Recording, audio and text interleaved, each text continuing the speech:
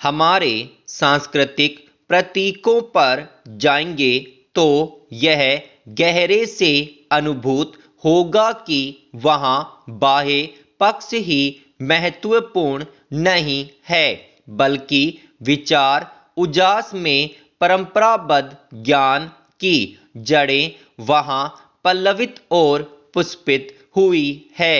मोर पंख को ही लें, बचपन में पढ़ाई करते तो इसे किताब में रखते, शुभ मान सहेजते। कहाँ से आई यह दृष्टि?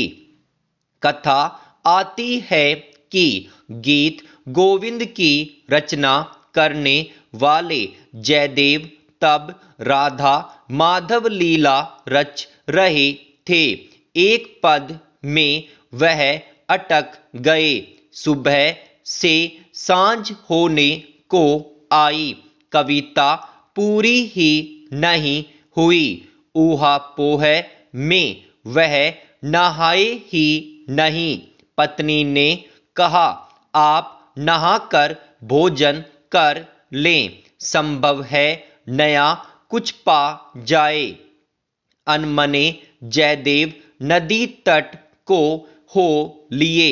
अभी कुछ ही देर हुई कि द्वार खटखटाया। पत्नी ने कहा, आप इतनी जल्दी लौट आए? जयदेव ने कहा, हाँ, याद आ गया, अभी पद पूरा कर देता हूँ। उन्होंने कविता पूर्ण की। पत्नी ने भोजन कराया और फिर सदा की तरह वह बिस्तर पर लेट गए। कुछ ही देर में किवाड़ फिर से बजा। पत्नी ने द्वार खोला तो हतप्रभ गीले वस्त्रों में जयदेव थे। वह बोली, आप आए हैं तो फिर वह कौन है जो अंदर सो रहे हैं? जयदेव भागे भागे कक्ष में पहुंचे। देखा उनका अधूरा छंद पूर्ण हुआ पड़ा था। पास ही मोरपंख रखा था। जयदेव समझ गए प्रभु माधव खुद आए थे उनका पद पूर्ण करने। कला संस्कृति में संस्कारों की ऐसे ही बढ़त होती है। सौंदर्य की सूझ का मूल भी यही है। हम कहते हैं कृषि संस्कृति। कहाँ से आया यह शब्द? युग लग जाते हैं तब कोई सधा हुआ शब्द रूप इस तरह से सभ्यता में समाता है। खेती का जब आविष्कार नहीं हुआ था तब मनुष्य पूरी तरह प्रकृति पर निर्भर था। पेड़ों पर फल लगते तो वह उनको खाकर अपनी सुधा शांत करता, पर तब संकट का समय होता जब अकाल पड़ता या फिर कोई प्राकृतिक प्रकोप से उसका सामना होता। दिन महीने मनुष्य को भूखे रहना पड़ता।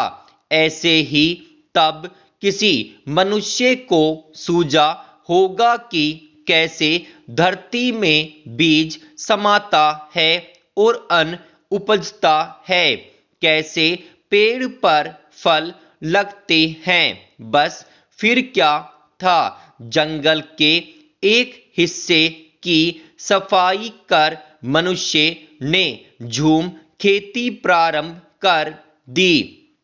उत्पादन हुआ तो प्रकृति पर प्रत्यक्ष निर्भरता खत्म हो गई। कृषि संस्कृति के बीज ऐसे ही हम में समाये।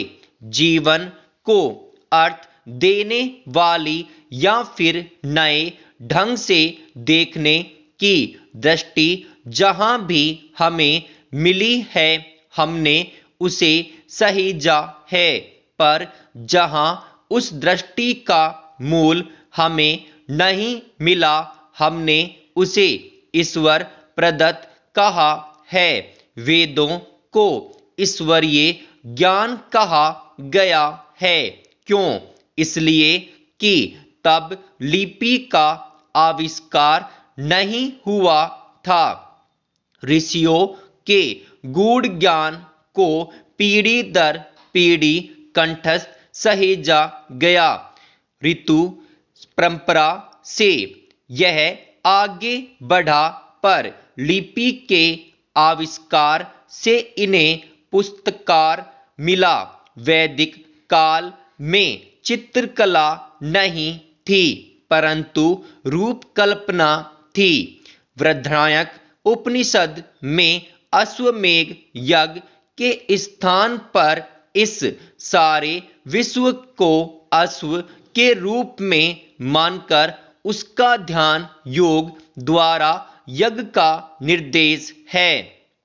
उषा अश्व का सिर माना गया है, सूर्य उसके नेत्र, वायु उसका प्राण, अग्नि उसका मुख और वर्ष उसकी आत्मा बताए गए हैं। इसी तरह अन्य उपमाओं से एक विराट रूप का वर्णन है। यह जो कल्पनाएं हुई है उन्हीं से तब कालजयी रचा गया है।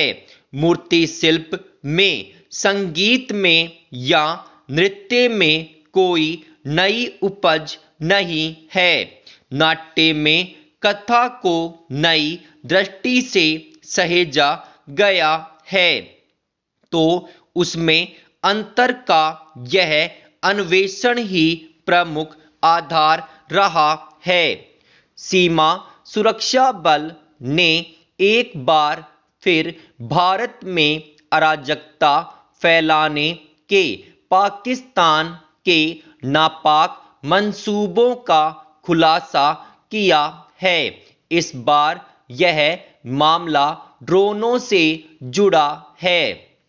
सीमा पर एक साल में 90 ड्रोन पकड़े गए या फिर नष्ट कर दिए गए हैं।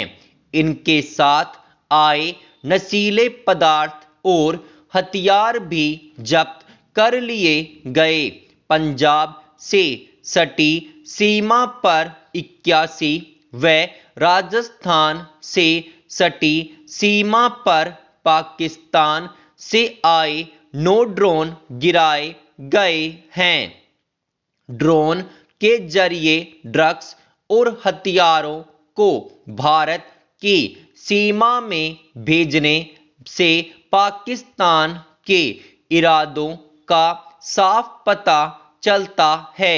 जाहिर है पाकिस्तान भारत में अराजकता फैलाना चाहता है, साथ ही लोगों विशेषकर युवाओं को नशे के दलदल में फंसाकर भारत के विरुद्ध उनका इस्तेमाल करना चाहता है। यह छिपा हुआ तथ्य नहीं है कि पंजाब में नशे की लत के कारण युवा पीढ़ी के बर्बाद होने की जिस समस्या का विकराल रूप देखा गया, उसके पीछे भी पाकिस्तान का ही हाथ रहा है। पाकिस्तान का कोई भी कदम अप्रत्याशित नहीं माना जा सकता।